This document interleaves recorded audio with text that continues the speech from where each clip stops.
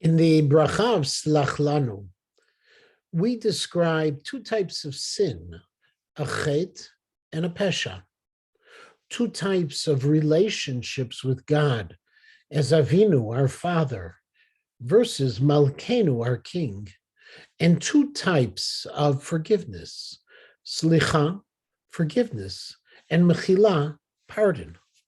Why do we have these parallel structures, and what do they mean? Reb David Avudraham, who was a Rishon who lived in the 14th century in the city of Seville and was reported to be the student of Rabbeinu Yaakov ben Asher, the Baal HaTurim, explains this bracha in his classic work on Tefillah in the following fashion. So when it comes to a father is forgiving, and yet a king views any affront, any sin against him as an intentional act of rebellion.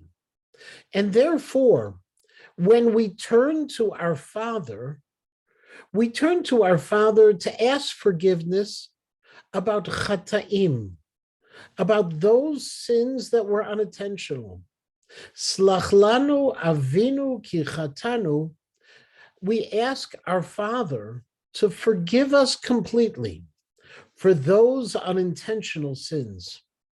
And yet, when we turn to the Melech Malchei HaMelachim, when we turn to our King HaKadosh Baruch Hu, we know that if we were only asking for forgiveness of Chata'im, he would still consider it, as a king does, as an affront to his honor. And therefore, we turn to God and seek forgiveness for the Psha'im, Ki Pashanu, those sins that were intentional. But since they were intentional, and since we stand before the king, we can't expect to have absolute forgiveness.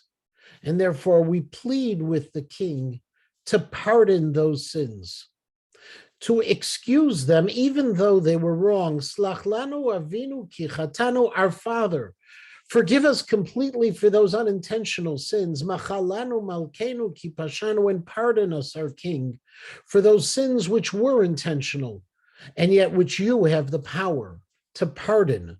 Forgive us. That's the meaning of this bracha.